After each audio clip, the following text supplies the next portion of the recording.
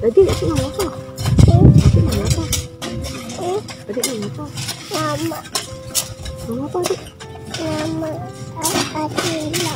Akila? Ni nama apa ni maksudnya? Saya Nak tengok apa tu? tengok ibu. Ibu kenapa? Ibu sakit. Dia tadi tu dah lah Bella call dengan ibu. Video call dengan ibu bila? Tadi masa ibu telefon. Bila? Tadi kat rumah. Ibu cakap apa?